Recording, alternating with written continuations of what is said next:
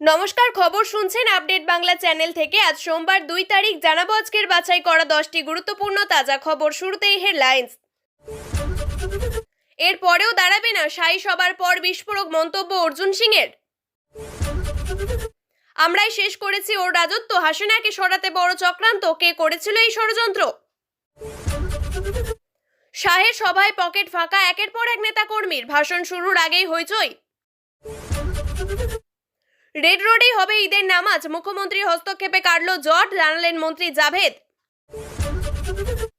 Police চলে ডালে ডালে, আমরা চলি শিরা উপশিরায়, আইসিকে শাস্তি দেবেন টিএমসিপির জেলা সভাপতি। কালীঘাট থেকে বার্তা গেল 2000 কিলোমিটার দূর, উপনির্বাচনে ঘাসফুলের ভরসা আনবর। বিরোধী হলে শায়েস্তা করতে 24 ঘন্টা সময় লাগতো না, এবার পুলিশকে হুঁশিয়ারি হুমায়ুনের।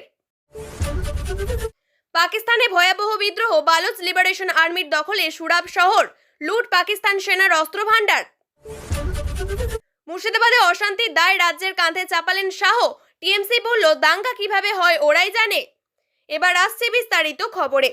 নেতাজি ইন্ডোরে বিজেপির সভার পরে ফের বিস্ফোরক মন্তব্য করলেন ব্যারাকপুরের প্রাক্তন সাংসদ এবং তৃণমূলের প্রাক্তন নেতা অর্জুন সিং।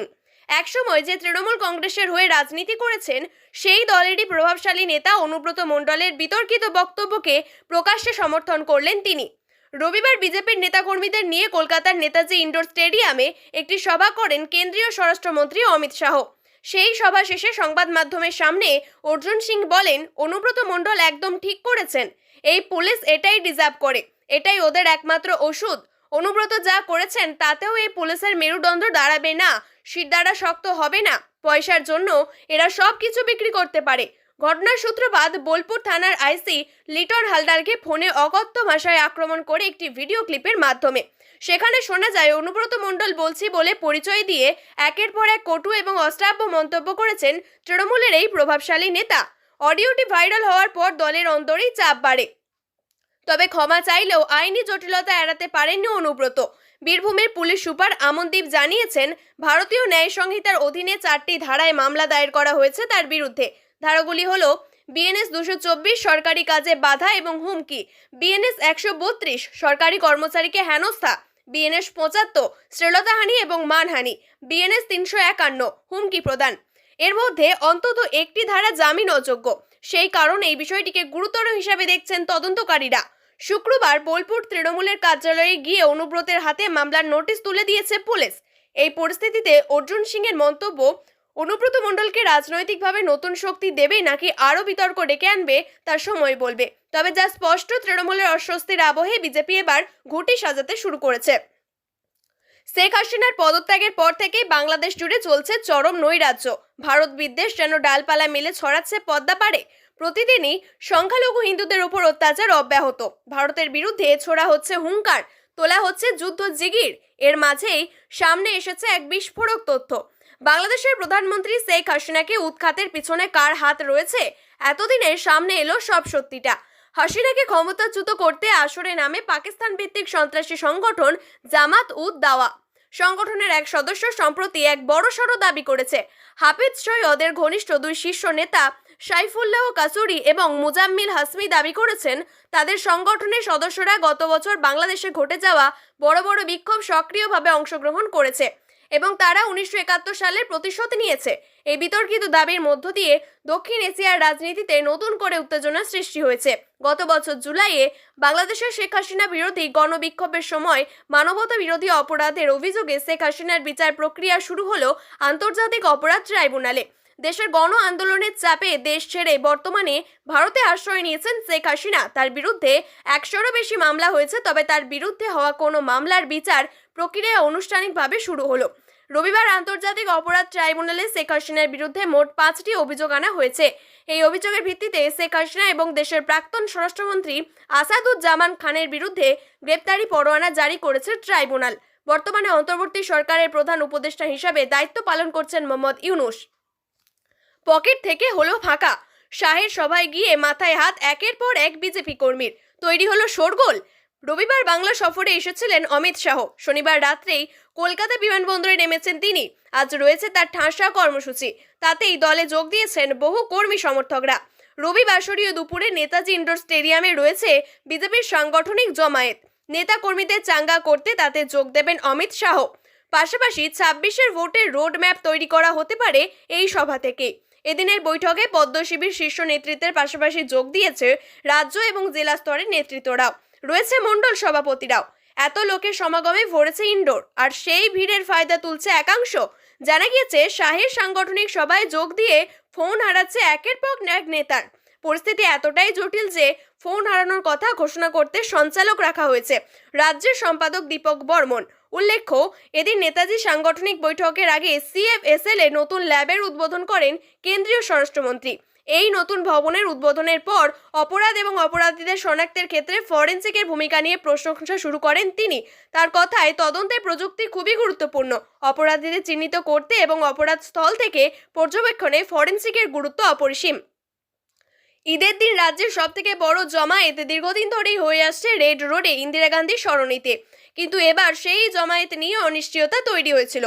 প্রত্যেক বছরের মতো এবারও ঈদ-উজ-জোহা উপলক্ষে কলকাতার ঐতিহাসিক রেড রোডে অনুষ্ঠিত হবে ঈদের নামাজ। রেড রোডে নামাজ ঘিরে এবার যে সংশয় তৈরি হয়েছিল মুখ্যমন্ত্রীর হস্তক্ষেপে, সেই জট কেটেছে বলে সংবাদ মাধ্যমকে জানিয়েছেন খিলাফত কমিটির সভাপতি তথা রাজ্যের মন্ত্রী জাভেদ আহমেদ খান। ঈদের দিন রাজ্যের সবচেয়ে বড় জমায়েত দীর্ঘদিন ধরে হয়ে আসছে রেড রোডে ইন্দিরা গান্ধী সরণিতে, কিন্তু এবার সেই জমায়েত নিয়ে অনিশ্চয়তা তৈরি হয়েছিল, কারণ রেড রোডে কোনো জমায়েত করতে হলে সেনার অনুমতি প্রয়োজন। কিন্তু এবারে সেনার তরফে জমায়েতের অনুমতি বাতিল করা হয়। সেনারা কর্তাকে চিঠি লিখে সে কথা জানিয়ে দেন নামাজের আয়োজক খিলাফত কমিটিকে। এরপরই এই ব্যাপারে রবিবার 8 জাকারিয়া স্ট্রিটে খিলাফত কমিটির অফিসে জরুরি বৈঠক ডাকা হয়। সেখানে হাজির ছিলেন সংগঠনের সভাপতি তথা রাজ্যের মন্ত্রী জাভেদ আহমেদ খান, সাধারণ সম্পাদক নাসির আহমেদ, সদস্য মোহাম্মদ খলিল, ইরফান আলী তাজ, ইসহাক মল্লিক, মুমতাজ খান প্রমুখ। ওই বৈঠক থেকেই রাজ্য সরকার এবং সেনার সঙ্গে যোগাযোগ করা হয়। বিষয়টি জানতে পেরে মুখ্যমন্ত্রী নিজেও সেই সমস্যা সমাধানে উদ্যোগী হন। এরপরেই জট মুক্তি ঘটে। একা অনুব্রতই রক্ষা নেই, সঙ্গে জুটল আরও এক। এবার বোলপুরের আইসি লিটন হালদারকে বেলগাম আক্রমণ বীরভূমের অনুব্রত অনুগামী বীরভূম TMCPর সদস্য বিক্রমজিৎ সাউয়ের। তার হুমকি, ক্ষমতা থাকলে তৃণমূল ছাত্র পরিষদের বিরুদ্ধে মামলা করে দেখান। এখানেই শেষ নয়, আইসি লিটন হালদারকে বীরভূমেই শাস্তি পেতে হবে, হুমকি বিক্রমজিতের। কি বলছেন বিক্রমজিৎ? একটি ভিডিওতে বলতে শোনা যাচ্ছে, লিটন হালদার নাম ধরে বলছি, বাপের বেটা, তোমার যদি দম থাকে তাহলে অনুব্রত মণ্ডলের বিরুদ্ধে, TMCPর বিরুদ্ধে এবং বীরভূমের সাধারণ ছাত্রছাত্রীদের বিরুদ্ধে FIR করে দেখিও। তুমিও জানো নিজে কতটা দুর্নীতি পরায়ণ, কত লোকের থেকে টাকা নিয়েছো। তুমি তোমার ব্যক্তিগত সম্পত্তি কিভাবে অনুব্রত মণ্ডলের হাতে তুলে দিতে চেয়েছো, সমস্ত তথ্য প্রমাণ আছে। তোমরা ডালে ডালে চললে আমরা শিরা উপশিরায় চলি। লিটন হালদার, তুমি সরকারি কর্মচারী, আমি অন্যায় করে থাকলে শাস্তি দিও, কিন্তু তুমি যদি অন্যায় করো তাহলে এর শাস্তি বীরভূমেই পেতে হবে। উল্লেখ্য, আইসিকে অশ্রাব্য ভাষায় গালিগালাজ করে আগেই বিতর্কে পড়েছেন অনুব্রত। তার মধ্যে পুলিশ নোটিশ দিলেও থানায় হাজিরা দিচ্ছেন না কেষ্ট। আজ রবিবার এই নিয়ে 2 দিন হয়ে গেল অনুব্রত হাজিরা দেননি। উল্টে আবার তার এক অনুগামী গগন সরকারের দাবি, অনুব্রত এসব করেননি, AI দিয়ে করানো হয়েছে। এই আবহের মধ্যে এবার ফের হুমকি দিয়ে বিতর্ক বাড়ালেন এই তৃণমূল নেতা। কালীঘাট থেকে বার্তা গেল 2170 কিলোমিটার দূরে, বাছাই হলো প্রার্থী। সম্প্রতি নদিয়ার কালীগঞ্জের উপনির্বাচনে প্রার্থী দিয়েছে তৃণমূল। এবার রবিবার কেরলের নীলাম্বুরে আয়োজিত হওয়া উপনির্বাচনেও বিদায়ী বিধায়ক PV আনবরের নাম ঘোষণা করল তারা।